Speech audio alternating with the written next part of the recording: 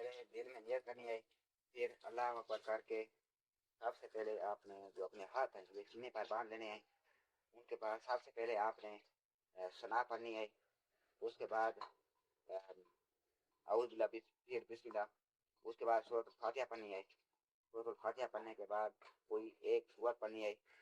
اس کے بعد آپ نے اللہ اکبر کر کے رکوع میں چلے جانا ہے، ہاتھ بھی اٹھانے ہیں، سجدہ کرنا ضروری ہے۔ رکوع میں آپ نے سبحان ربی العظیم 3 بار پڑھ کے پھر اپنے ہاتھ اٹھا دینے ہیں، پھر رکھنا ہے سمیع اللہ لمن حمدہ، پھر ربنا ولک الحمد حمدا کثیرا طیبا مبارکا فیہ۔ پھر آپ نے اللہ اکبر کر کے سجدے میں چلے جانا ہے، چھت پہ اپنے ہاتھ، پھر گھٹنے، پھر ناک، اور پھر منائی، اور پھر آپ نے سبحان ربی الاعلیٰ 3 بار پڑھنا ہے۔ پھر اللہ اکبر کر کے آپ نے یہاں پر 3 بار رب اغفر لی کہے کر پھر اللہ اکبر کر کے سجدے میں چلے جانا ہے، اور پھر 3 بار سبحان ربی الاعلیٰ پڑھ کر آپ نے دوسری رکعت کے لیے کھڑے ہو جانا ہے، پھر سینے پر ہاتھ باندھ رہے ہیں، اور پھر اسی طریقے سے پہلے سورۃ الفاتحہ اور ایک سورت پڑھ کر اللہ اکبر کر کے آپ نے رکوع میں چلے جانا ہے، اور آپ بھی سبحان ربی العظیم 3 بار پڑھ کے پھر اللہ اکبر یعنی ہاتھ اٹھانے ہیں، لیکن پڑھنا کیا ہے سمیع اللہ لمن حمدہ ربنا ولک الحمد حمدا کثیرا طیبا مبارکا فیہ۔ پھر آپ نے اللہ اکبر کر کے سجدے میں چلے جانا ہے، اسی طریقے سے سجدہ کرنا ہے، سبحان ربی الاعلیٰ 3 بار پڑھ کر آپ نے سجدے کے درمیان بیٹھ جانا ہے، پھر رب اغفر لی 3 بار پڑھنا ہے۔ اس کے بعد دوسرا سجدہ کرنا ہے، اسی طریقے سے اللہ اکبر کر کے پھر سبحان ربی الاعلیٰ 3 بار پڑھ کر آپ نے تیسری رکعت کے لیے بھی کھڑے ہو جانا ہے۔ دوسری رکعت پر پہلے بیٹھنا نہیں ہے، بلکہ تیسری رکعت کے لیے کھڑے ہو جانا ہے، اور آپ سورۃ فاتحہ پڑھ کے کوئی ایک سورت پڑھ کے آپ نے دعا قنوت پڑھنی ہے۔ دعا قنوت پڑھنے کے لیے آپ نے اللہ اکبر کر کے ہاتھ نہیں اٹھانے، دعا قنوت کوئی ایک سورت ملا کر پھر آپ نے شروع کر دینی ہے۔ دعا قنوت کون سی ہے؟ وہ یہ ہے اللہم اہدنی فیمن ہدیت وعافنی فیمن عافیت وتولنی فیمن تولیت وبارک لی فیما اعطیت وقنی شر ما قضیت فانک تقضی ولا یقضی علیک انہ لا یذل من ولیت ولا یعز من عادیت تبارکت ربنا ولا تبارک علیت نستغفرک ونتوب الیک وصلی اللہ علی النبی۔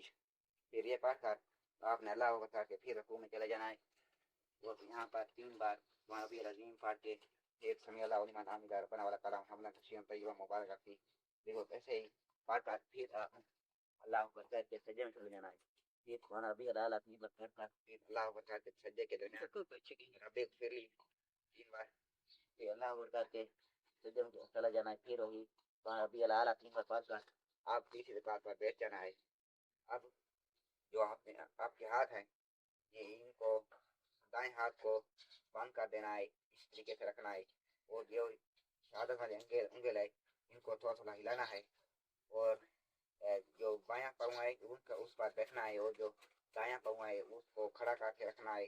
ان کی جو انگلیاں ہیں وہ کھانا کھانے کی طرف ہیں، اور پھر آپ نے اتحیات پڑھنی ہے۔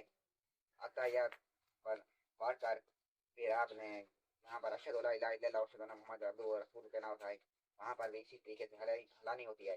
پھر آپ نے درود شریف پڑھنا ہے، پھر کوئی ایک دعا پڑھنی ہے، یا 2 پڑھ لیں یا 3 پڑھ لیں، ایک لازمی ہے پڑھنی ہے، یا ربی جانی پڑھ لیں، اور ایک اور دعا ہے وہ جو آپ صلی اللہ علیہ وسلم پڑھتے تھے، اگر وہ آپ پڑھنا چاہیں وہ بھی پڑھ لیں۔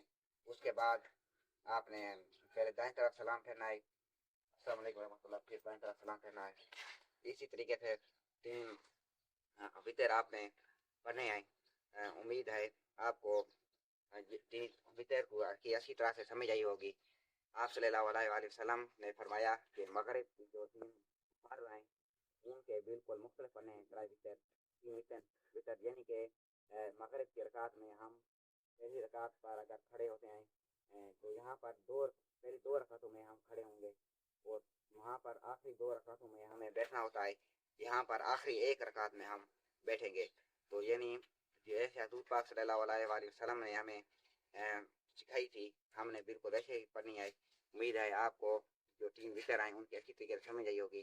اگر اچھی طرح سمجھ آئی تو آگے بھی شیئر کیجیے۔